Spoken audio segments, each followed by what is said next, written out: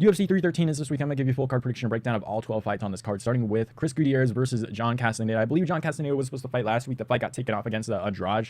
It was supposed to be a 140 catch weight, and then I guess this fight's at Tapology says it's at 135. I read that Big Marcel said it was 145, so I'm not too sure what exactly this weight is at. I'm assuming it's 145 because that's what Big Marcel said. Maybe he corrected it and I missed it, but this kind of does change my prediction if it is at 135. But I think I'm going to go with John Castañeda here. I think he does a good job mixing in his game, takedowns, uses the fence to hold guys like in the clinch, and then just mixes in a striking with that. And I think that could be a problem with Chris Gutierrez here. You've seen Chris Gutierrez get taken down quite a bit, especially against Song Yadong. He got beaten up pretty badly, and it was kind of disappointing, that fight. I will get into it a little bit, but Chris Gutierrez, I don't know if they were trying to make people believe that Chris Gutierrez had a better chance than he actually did against Song Yadong, but they had like this entire package where like he can't afford to lose this fight. Like, he's talked about his family, talked about how this is such a big moment that he's not going to really screw it up, and then he's had all these problems and he's looking to fix it, and then he just goes out there and it was just a really rough performance. And Song Yadong probably could have done a little bit better as well, but I guess he went 5 rounds with Song Yadong. Pretty decently impressive to go 5 rounds with that caliber of opponent. But Chris Gutierrez does a good job off his back foot, decent in the stand-up, uses a lot of kicks to the body and to the legs. The thing is John Castañeda, when he's really on, his last fight, I think he got one takedown against Daniel Marcos, and Daniel Marcos is really good on the feet, I will say. Daniel Marcos I think is way better on the feet than Chris Gutierrez. Chris Gutierrez is not Daniel Marcos, and I have the UFC stat page pulled up. John Castañeda against Kyung Ho Kang and Moon Gafarov got 3 takedowns each, landed 111 in that fight against Kyung Ho Kang as well. I think if he can mix in the takedowns, I guess Gutierrez is kind of tricky off his back in the grappling, which you can kind of say the same with like a mini Oliveira for Castañeda, so maybe that could give Castañeda some issues on the ground. But I think Castañeda mixes in the takedowns in this fight. I think he can land pretty decently on Gutierrez, and this is if it's at 145, because at the end of the day, back-to-back weight cuts are not easy. I looked up John Castañeda. I guess he had like a whole description page on his site. I guess he got a new contract. He's a big guy, so he says the weight cut's a little rough for bantamweight, but last week it was supposed to be a 140 catch weight. Fight got pulled off. Fighting the following week, I believe it's at 145, but if it is at 135, I'm going with Gutierrez. If it's at 145, I'm going with Castañeda. So 135 for Gutierrez. I don't know. I think Tapology is wrong here, but if it is 145, I'm going Castañeda. We'll see what happens. I can double check later, but I don't know if Tapology is wrong or not. So, but I'm going to go with John Castañeda here by decision. Let's move on. We have Ozzy Diaz versus Djorden Santos.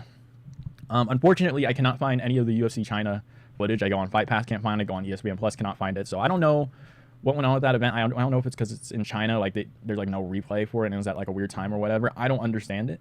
But the Ming Zhang fight, he got KO'd. Zhang's pretty good, but Ozzy Diaz, when I watch him fight, like even against Bevan Lewis, I mean, he did not look good at all. He got taken down, got put in bad positions, was busted open. Santos is really solid on the feet as well. He looked pretty good in that Will Curry fight, who's a pretty good prospect. So I'm going to go with Djorden Santos, probably by KO as well. Late KO, second or third round. I just don't think Ozzy Diaz, I mean, he just seems a little bit slower. Like, he was on the Contender Series, lost to Joe Pyfer, and then came in, I believe, was it on short notice against Ming Zhang and made that debut? Well, we'll see how he looks in this fight. This is just, I don't know why. Road to UFC is hard to find because it's not titled correctly in Fight Pass. You cannot find any of the fight nights in China or whatever for some stupid reason. I basically just went off of his last LFA fight. He did not look too great, and I know Piper kind of ran right through him. And Santos, I mean, beating Will Curry, I think is pretty impressive. He's a pretty good athlete and does have some decent hands as well. I'm going to have to go with Djorden Santos. I'm going to say KO, second or third round. Let's move on. We have Mairon Santos versus Francis Marshall. I'm going to go with Mairon Santos. He did a really good job with his range, and I think he's sneaky, like super sneakily long, too, if that's even a word, sneakily. They both had the same reach on the feet, but Mairon Santos, I mean, there's times in that fight against Con Ofli where he would land a leg kick, and Con Ofli thought he's like out of the way, and it like still landed. Like he's like very, very long, like surprisingly long, and he does a good job at keeping a good range as well. I think he beats Francis Marshall by decision. I don't think he KOs Francis Marshall. Francis Marshall's coming off a split decision win against Dennis Bazooka. I thought Con Ofli was pretty solid. Lost to Dan Argueta by KO on LFA. That's pretty interesting. That was 3 years ago, but he's 24 years of age. He's going to keep getting better. I just think he's really good on the feet, especially at keeping range on the feet. So I am going to go with Mairon Santos here. Is this fight at 145 or 155? Okay, it is at 145. So Francis Marshall's moving down for this one because I believe his last fight was at 155. So I'm going to go with Mairon Santos here. Going to keep a good range on the feet. Going to land the better shots, and I think he's going to chew up the legs of Francis Marshall in this fight. So let's move on. We have Alex Morono versus Carlos Leal.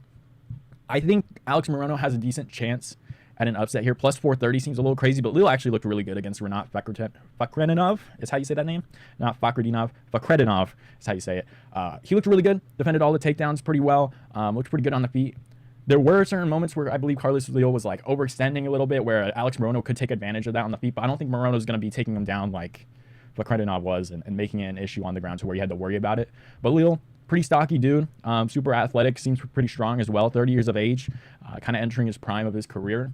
Alex Morono has been kind of disappointing in his last couple fights. Lost to Daniel Rodriguez by split decision, lost to Nico Price by decision, same Nico Price that got KO'd by Robbie Lawler just out of nowhere. So Alex Morono has not been looking that great. Alex Morono I kind of relied on to be that gatekeeper in the top 15, but recently he's just not been looking too great. So I'm going to go with the better athlete, the stronger guy, and the guy that I think is going to hit the hardest and get more points by decision here, landing the harder shots. But Alex Morono can definitely upset this one. I wouldn't be surprised if maybe he catches Leal when he overextends and when he tries to throw some big hooks and throw down the pipe and his chin's out there overextending. But I'm going to go with Leal here. Again, Morono hasn't been looking too great. I don't know. I don't think I can say Morono's going to lose by KO. I'm going to say Leal's going to win by decision here. So let's move on. We have Bruno Ferreira versus Armen Petrosyan. I'm going to go Bruno Ferreira here. He was able to catch Abbas Magomedov on the chin, and then Abbas was kind of just able to take him down and submit him on the ground is basically how that fight went. Armen Petrosyan isn't a grappler. He's not going to out-wrestle you or anything like that. His chin is kind of out there. He does have good boxing, so maybe he can defend well on the feet, but Bruno Ferreira's size, just being super stocky, being shorter as well, 5'10" to 6'3", in terms of height in this fight. I think he's just going to be able to find the chin as well. 72 inches of reach. He has a longer reach than Petrosyan, and those guys are kind of harder to hit when you're a little bit shorter as well. So I think Ferreira's going to be able to find the chin. He's got a lot of power in his hands. I'm thinking like a second round TKO for Bruno Ferreira. I just don't think Armen Petrosyan has the grappling that Abbas Magomedov did have, where he was able to kind of rely on something in case he got hurt against Bruno Ferreira. So I'm going to go with Bruno Ferreira here, TKO in the second round. I think he just has way too much power, and I believe Armen Petrosyan's chin is just too wide open, and you kind of can find those shots when you're a little bit smaller, when you're going up against a bigger guy, and it is kind of harder for a bigger guy to land on a Bruno Ferreira unless you have really nice kicks and are able to keep a decent range, which Abbas Magomedov did have, but Bruno Ferreira was still able to find the chin. So I'm going Bruno Ferreira, second round TKO. Let's move on. We have Rei Tsuruya, oh God, versus Joshua Van. I'm going Joshua Van.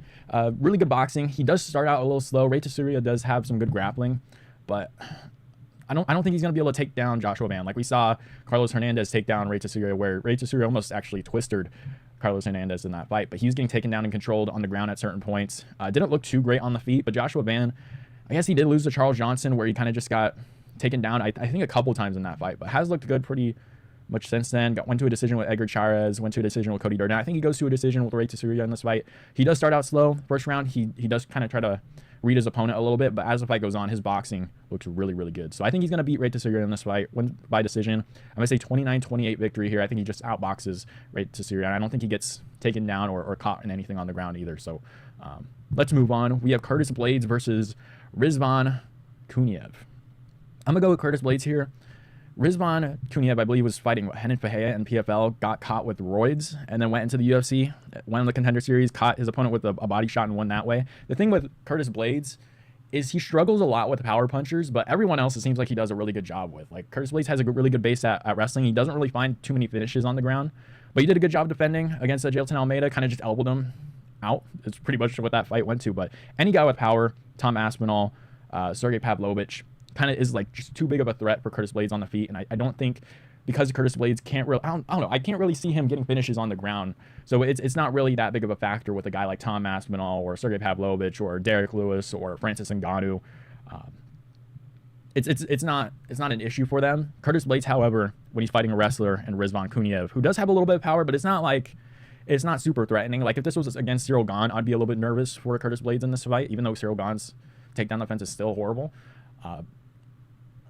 In this fight, I think Curtis Blaydes is just going to be way too fast. He's going to have way too much power for Rizvan Kuniev. I think he actually gets a finish in the second round here by TKO. I think he catches Kuniev, has 80 inches of reach, will have a 4-inch reach advantage. Kuniev's just a little slower on the feet. He was able to find the body shot in the clinch. I don't think he's going to be able to take down Curtis Blaydes in this fight. So I'm going to have to go with Curtis Blaydes. It's going to be way too fast, way too rangy on the feet. I don't see him getting caught on the feet either. I don't see him getting taken down on the ground. I'm going to go with Blaydes in the second round here by TKO. Up the card, we have Bobby Green versus Mauricio Ruffy. I'm going to go Ruffy in this fight. I am worried about an upset for Bobby Green. I'm not a crazy big fan of Bobby Green. Like, I don't know. He was talking a lot in that last fight and then just got slept in a submission pretty early on in that fight against Paddy Pimblett.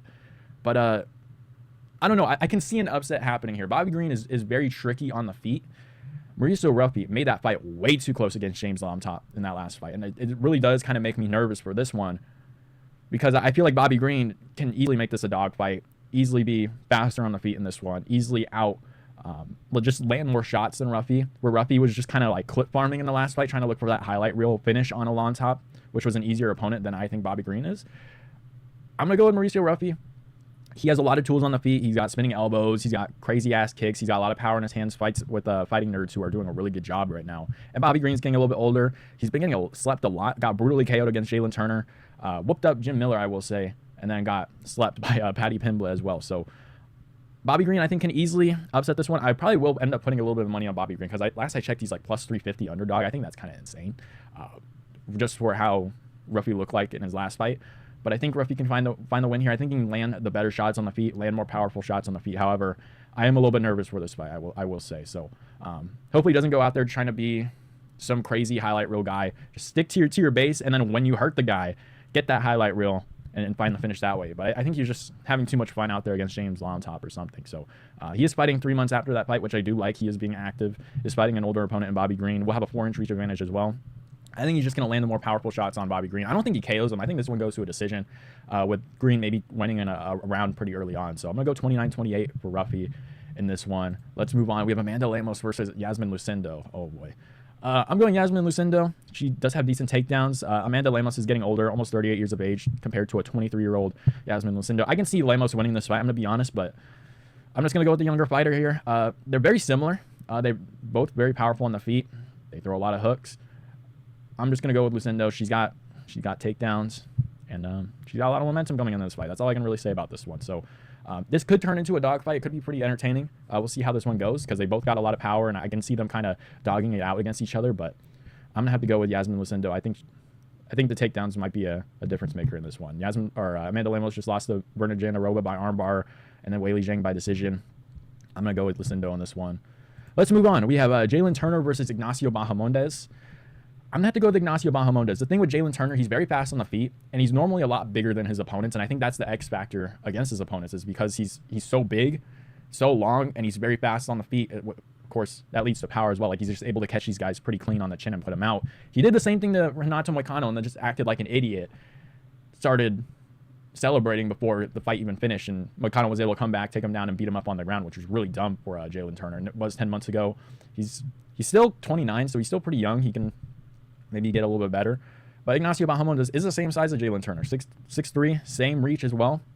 I thought Ignacio Bahamondes looked really good against Manuel Torres, and I really like Manuel Torres, and Ignacio Bahamondes keeps getting better, 27 and a half years of age.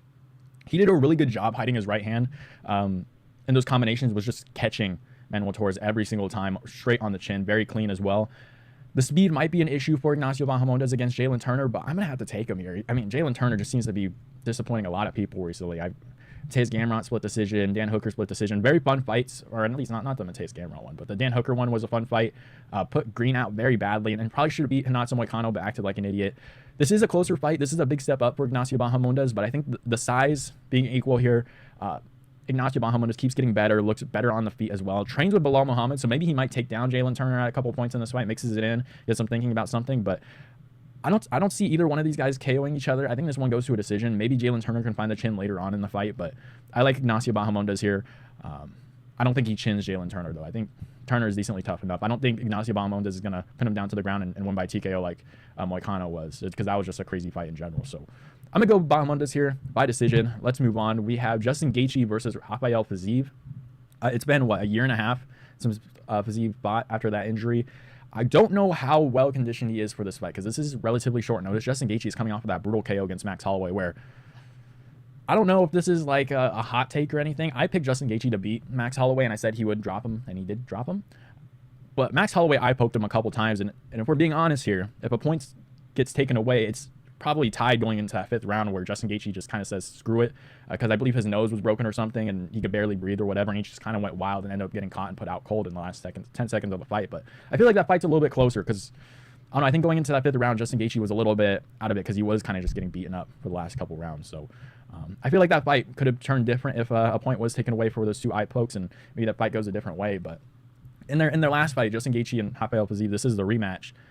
I went with Fiziev. Fight was still pretty close. I still think Fiziev, you could easily give him that fight. A lot of people think Justin Gaethje just whipped up Fiziev. I guess you can maybe give Justin Gaethje that 10-8 in that last round because he did whip up Fiziev pretty badly, but we're forgetting that Fiziev also landed pretty well on Justin Gaethje early on. That second round was super close. I probably will have to keep rewatching that fight just to see who could have won it because it was a super close fight. Even Fiziev outlanded Justin Gaethje in that second round, so it could easily go either way in that fight. But I'm going to have to go with Fiziev here. I am worried about the conditioning coming into this fight, and I am worried that he did just come off a brutal leg injury as well. But I still like Fiziev here. Justin Gaethje, I think in his latest interview, said he didn't like how he's patient. I thought that was the reason why he's winning so well too, is because after the Oliveira fight where he just took a lot of damage, said he started tasting batteries or some shit when he got hit. After that fight, he said he's going to be a little bit more patient, pick his shots. And I figured in that Fiziev fight, Fiziev's going to bring the dog out of him, catch him on the chin. I thought that chin was done after that Oliveira fight, and I thought he was going to win it by KO, but ended up not happening. Was a little bit patient, beat Dustin Poirier by KO, being a little patient. And then I thought he did decent against Max Holloway, being a little patient as well. And I guess he starts to think like, oh, that's not me anymore. Like, I'm just going to be aggressive. I'm going to put it all out there. Maybe that's just to throw Fiziev off. But I think if he does that, he's going to get KO'd again, in all honesty. Fiziev's way too good on the feet. He's going to find those shots on Gaethje. I think if this turns into a dogfight, I don't think Gaethje's going to win. He's 36 years of age. Fiziev is 32. I think Fiziev can dog it out in this one, and I think he'll probably win, in all honesty. I think that was Justin Gaethje's problem. And like, this isn't Michael Chandler where you can kind of dog it out and Chandler's chin is going to give out at certain points and Chandler's just going to play to the crowd and have bad fight IQ. Like, this is Rafael Fiziev. Got a lot of weapons on the feet, a lot of kicks, very quick on the feet, I just think stylistically on the feet, Fiziev is just going to be way too much for Gaethje, especially coming off of a career-changing KO in my opinion. So I'm going to go Fiziev here, second round TKO. I can easily see him hurting Gaethje pretty badly. A lot of people are taking Gaethje. I think that's very interesting. Maybe it's because of the underdog in Gaethje, but I don't know. I'm gonna have to go Fiziev here. I do worry about the conditioning. I do worry about what he might look like after the leg injury, but I do also worry about Gaethje after taking that brutal KO. So I'm going with Fiziev, second round TKO. Up the card, we have Alex Pereira versus Magomed Ankalaev. This fight I've kind of gone back and forth on. I will say Magomed Ankalaev does have some very sneaky hand speed on the feet, especially down the middle. I like what I saw in his last couple fights, especially against Alexander Rakic. I thought he also did a good job defending the leg kicks. His leg did get red a little bit. It did get chopped up, but it wasn't like debilitating like it was against Jan Blachowicz, where he was able to find the takedowns later in the fight. But I thought he did a good job defending those. Again, very sneaky on the feet with his hand speed. I thought he did a good job against Rakic. And I have seen people talking about how Ankalaev hasn't been using takedowns early on in his fights, and at least in the last couple of fights, because against Rakic, he didn't take him down. Rakic has a really good takedown defense and can wrestle. Walker, really good athlete and can wrestle and has good jiu-jitsu off his back. Jan Blachowicz, he can wrestle a little bit too. Like, we saw Jan Blachowicz out-wrestle Alex Pereira. That was in altitude. I believe it was Salt Lake City card as well, where you could easily say Jan Blachowicz won that fight too. But Ankalaev took him down relatively easily and kind of rode out those rounds. And I think if it does get hard for Ankalaev in this fight, he can easily, like, just lay on Alex Pereira at certain points. And we have seen Pereira, he has been taken down quite a bit in his career. He hasn't been finished on the ground. He's been out-grappled in positions. He's never been submitted in the UFC. Has always been able to find his way back up to the feet, which is why this fight is super interesting, because he found his way back up on the feet against Jan Blachowicz. And obviously in Salt Lake City at altitude, it's going to take a lot out of both guys when you wrestle and when you make your way back up to the feet. So you're using a lot of energy, and it is just harder to breathe in general when you are fighting at altitude. So this fight interesting, like, it immediately becomes very interesting because I feel like it could go either way, because Pereira is just very sneaky on the feet. No, I won't say sneaky.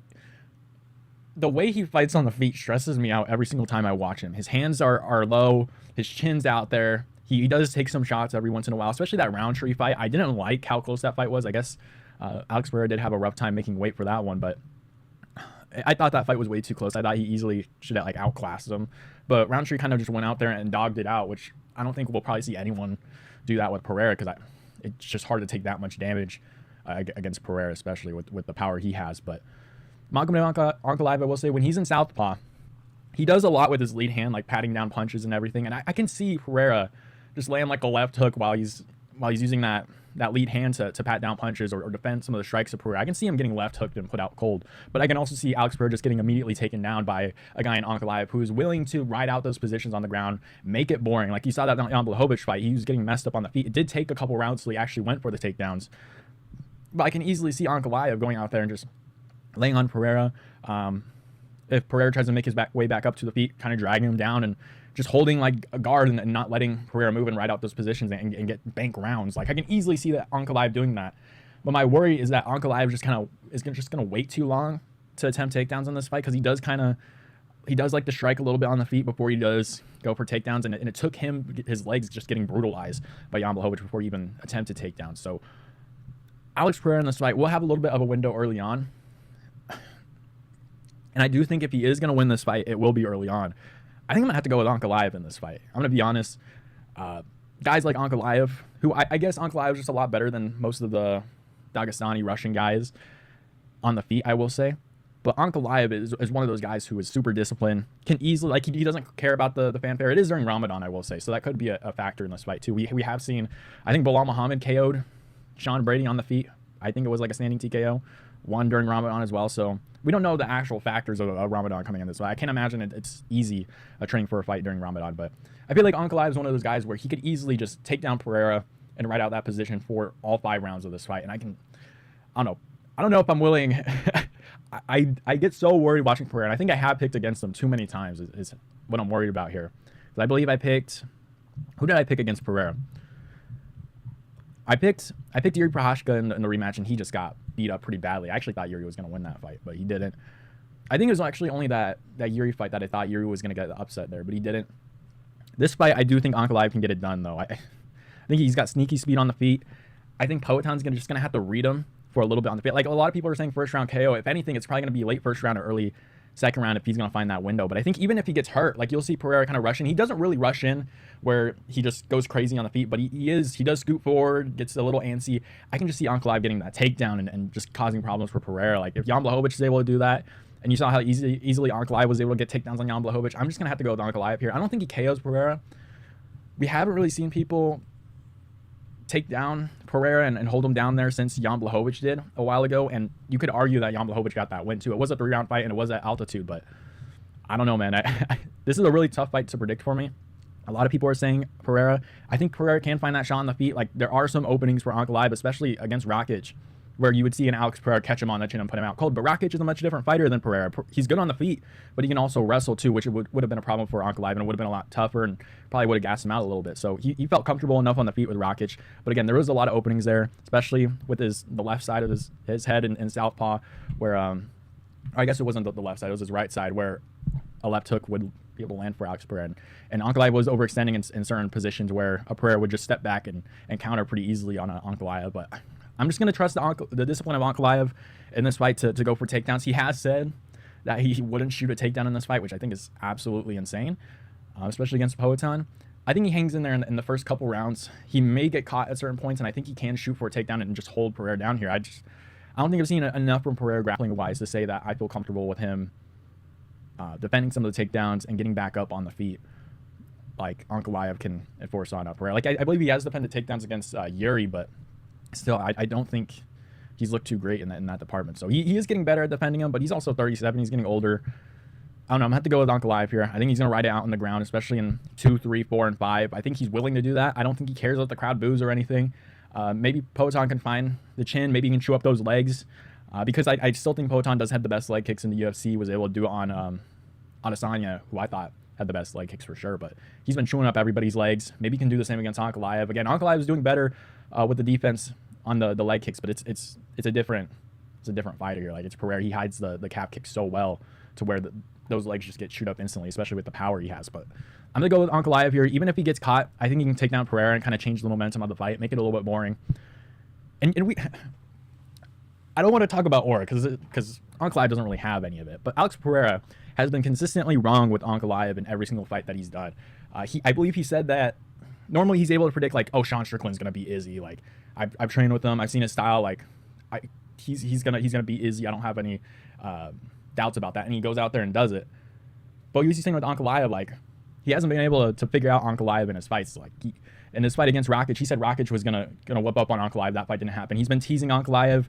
I don't know what's happening here. I don't know if Pereira's just kind of playing with everybody, where he's just traveling a bunch and we haven't seen him really train too much. I think he's released a couple clips because DC said something, or it feels like he's not taking this fight too seriously, and that is a little bit of a worry for myself as well. But I'm not going to go with Ankalaev here. I think he's willing to make this fight boring if he needs to. I think he has a decent concept of range on the feet, where I don't think he's going to get caught super early on, and I don't know. I can see him holding down Pereira at certain moments in this fight, making it boring. So I'm going to go with Ankalaev here. I'm going to say 48-47 decision. If anything, I can see Ankalaev maybe getting a TKO in maybe the 4th or 5th round. But in all honesty, I can see Pereira doing good in the 1st round and the 5th round. But if Ankalaev can't beat Pereira in this fight, I'm never picking against Pereira again. I think this is like my 2nd time or 3rd time. I think I said Strickland was going to beat Pereira, and it has come up, and I said Yuri was going to beat him in the rematch. I'm saying Ankalaev is going to beat him now. If I'm wrong, I'm never going to pick against Pereira again. So I'm going Ankalaev, 48-47 decision. I can see him getting a TKO in the 4th round just by finding the chin and kind of tiring out Alex Pereira, who's a pretty big dude. And he's going to have to try to find his way back up to the feet in every single round, especially if Ankalaev is able to get the takedowns. However, Ankalaev could honestly just go out there and get KO'd immediately. So I could just be completely wrong with this fight. But I'm going with Magomed Ankalaev by decision. Hope you guys enjoyed the predictions here. Let me know what you guys have down below in the main event. I can see myself getting a little bit of hate for this prediction, but I don't know. I feel like this is the one that's gonna take out Pereira. So hope you guys enjoyed, and I'll see you guys next time.